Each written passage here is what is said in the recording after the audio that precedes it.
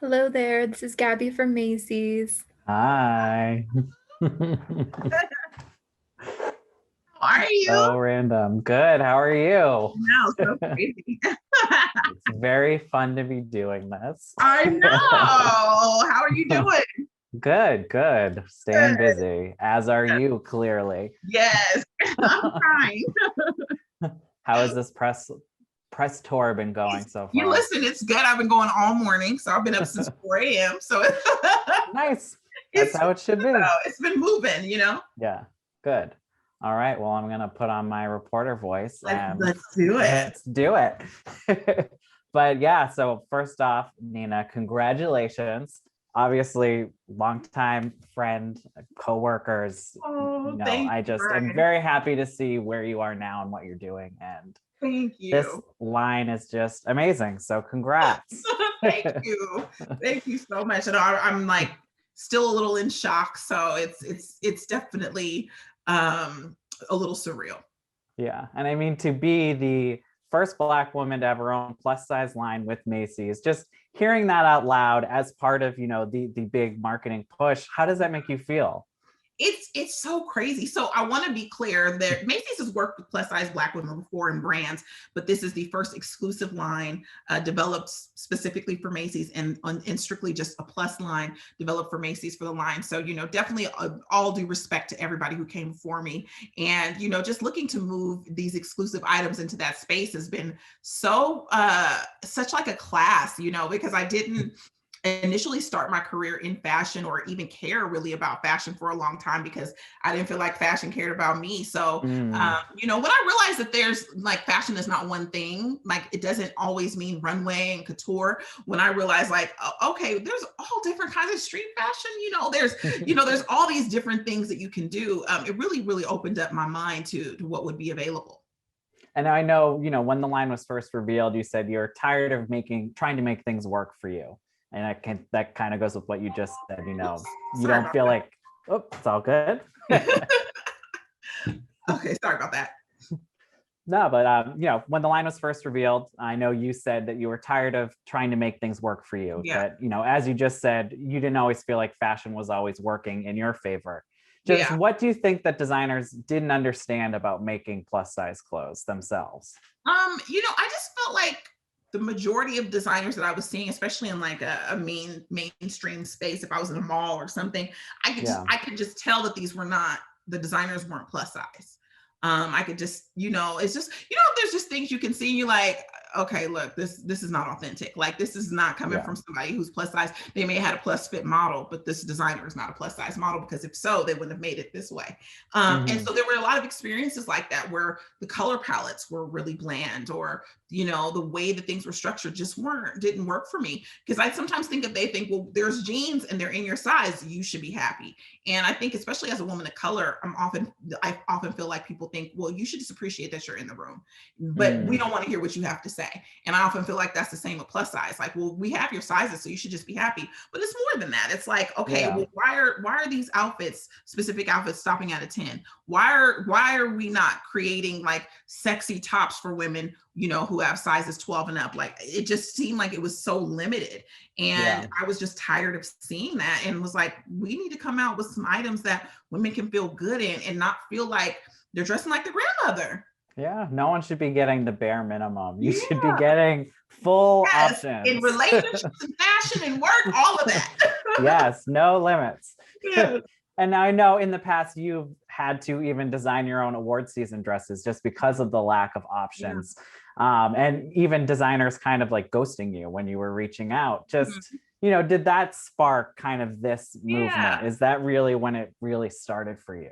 Brian, you knew me when I was younger and I was more of a hothead and I would just, I'll just cuss you out and be mad at you and leave. No. But as I got older, I'm like, okay, this isn't resolving my issue. Like, Yeah. yeah, I can blast these designers, I can say how frustrated I am, but my issue still stands. So it was just ultimately like, okay, so what can I do about it? And that's really where the line came into vision. I decided like in December 2019 to do like this vision board. I was just kind of reevaluating my life in general. And, I was like, where, I want to move as far as like the house that I was living in. And there were things I just wanted to change. And on my vision Yeah. board was, developing this fashion line. So I literally had dinner with my agent at this like random Greek restaurant. And we were having dinner. I was like, hey, I think I want to start a clothing line. And she was like, girl, what? And I was like, yeah, I think I want to start a clothing line. And so it was holiday season. And she was like, all right, well, look, I'll look into it when we get back into the office. And literally 2 days later, she called me and was like, listen, I don't know what you put into the universe, but I just got contacted by Reunited Clothing, and they're looking for someone to start a plus size line with. And they watch your show, they like you, and they want to know if you'd be interested. And it was just so crazy because it was like, as soon as I said to myself that I could do it, as opposed to, well, you don't have experience. Oh, this isn't something you should be doing. You work in TV. As soon as I said to myself, like, this is something I think I can do, it was almost like the universe answered me. And so I had the meetings with Reunited. We decided to partner, and then Reunited from there, kind of we developed like a shortened line. They took these designs to Macy's, and Macy's said, let's do it. And so it really was like just fate kind of participated in like this journey. And now I know you don't half-ass anything. So I'm sure you dove, headfirst into, finding out how this stuff actually gets made, the textiles and everything. Just, what, I guess, from this process really surprised you the most when you were kind of picking things up? It's so crazy because when you buy a clothes, you don't realize how much work goes into making it. You're just like, okay, somebody throws it together and that's it. And that's just so not what happens. It really was, I learned so much from Reunited because they have not only a design team, but they have a tech team. And this tech team is like, their job is to make sure that everything is specifically, these to the inch of how you want it, and the inseams. And I learned so much about like the jargon, the fashion jargon, that I had no idea, what these things were called. And I'm just like, what is this? And I was a part of everything. So I would film Nightly Pop in the morning. I would come home and then I would get on, because of COVID, everything had to be virtual. So all of our meetings were virtual. And I would get and be on Zooms for 2 to 3 hours a day. And I was a part of the design of every single item. Literally, this shirt has like words over it. I picked every single word on here. So hope, fearless, love, like queen. I put, that was mine. To the length of the dresses, to how the armholes fit, like every single part I was a part of, from start to finish. They didn't have one fitting without me. It needed my approval to even go into production. So I've been working on this since January of 2020. And I imagine when you're starting to try them on yourself, that has to be kind of emotional. Just what was that experience like when you do get a finished garment and you get to wear it? Show you. So let me like give you like this. Like when I freaked out is when I saw this, and it's like says Nina Parker. This is probably when I lost it, Brian. This is like, I was like, what? I was trying to scratch it off to see like, if this was real. So probably seeing like my name on an item, because we were talking about like what to name it. And I was like, oh, so, we had a meeting and I was like, so what are we going to name this? And they were like, Nina Parker. And I was like, oh my God. So, they were like, no, we're naming it after you. Like, that's what the name should be, girl. Like, so I didn't fight that. And it's just been like, as you shouldn't. And, since the announcement came out, there have obviously been a ton of people that are very excited for you. I know a lot of even like celebrity fans have been even either wearing it or commenting on it. Just how has it been for you to see how excited everyone is? It's so crazy. We haven't even sent out the gift bags yet. And but a couple people were like, girl, you better, like, who know me personally, like, come bring me a piece of your clothes. And so I've been like hustling little shirts and stuff to people like Lonnie Love and Kim Whitley, like, since we do our shows together, I was able to kind of, I literally was like, they were sending me samples. I was like, well, just take my samples so you can actually have it to wear. But it's really cool. I've had some like, I'm not going to name drop, but I've had some like A-list people like reach out to either reach out or respond to wanting to get some of the items. And I'm kind of freaked out about it, but I don't know how you probably will see on social media how I react, because I'm probably going to scream, but the fact that they want these items, or they want to wear my jeans, or they want, it just is like the biggest blessing. Yeah. I'm wondering for you, does this kind of feel like a like a Pretty Woman moment, like, big mistake, huge, to these designers that maybe didn't dress you before? You're like, well, look at this now. I'm so grateful. And I think what I've learned is like, rejection is always protection. And there's those moments where it hurts and you feel a little, insecure, like, dang, like they don't feel that I'm important enough to dress, or, it hurts. But then I think if you're a go-getter and you're a doer, then you really just take that frustration and you turn it into something positive. And for me, Yeah. I'm like, okay, yeah, this one designer dissed me personally. And now look how I'm able to bless all these women across the world. And so I'm so thankful for those no's, because it really is fueling to yeses in other ways. And how have, I guess, your followers on social media, what have the reactions been like, and how has that made you feel? Brian, these girls don't play. They like, people are trying to bribe me. This lady has a baby shower on the 8th. She's like, I need my clothes for the 8th. I'm like, ma'am, it does not drop until the 14th. I don't know you. I can't help you. She's like, you're gonna get me some clothes early. So I'm getting a few threats.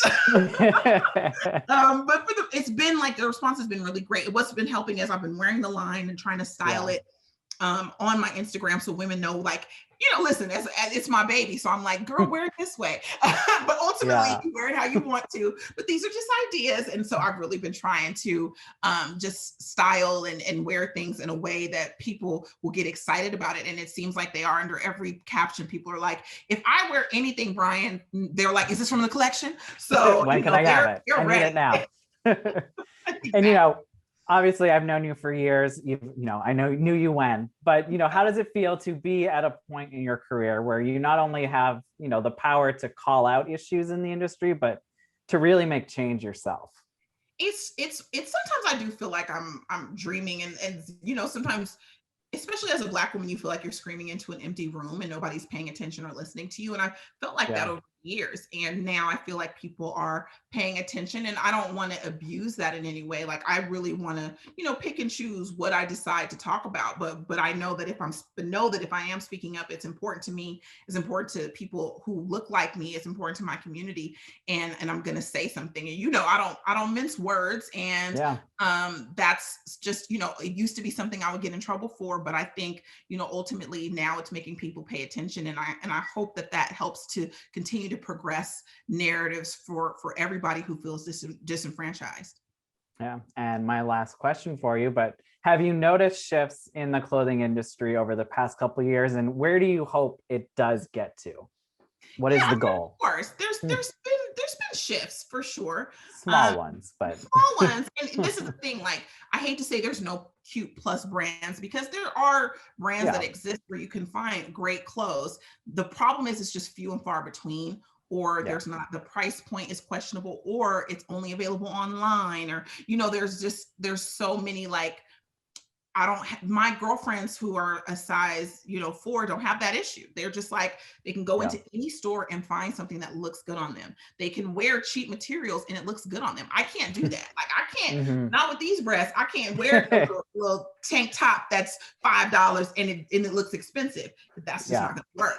So, there's still strides, in fast fashion. A lot of times the clothes that you buy that are plus don't last. So you get it, you wear it once to a party, and then it's like, once you wash it, it's done. So my clothes are, not only affordable, they start at $39, but it's something like the color palette. I make sure that, like, the bodysuit you could wear with the sequin jumper, the skirt you can wear 4 different ways. The zipper can go on the side, the middle, or the back. Like, you can go to mid thigh. So it's been really important for me to, like, have these items be able to be worn multiple ways. Like, even the shirt I'm wearing now, it goes to the ground, but you can tie it in a bow. You can wear it straight. You can wear it with jeans. You can wear it with shorts. Like, I want it to be something versatile for women, so that they're like, okay, I have like 15 things that can go with this, but also within the collection, I can match it 5 different ways.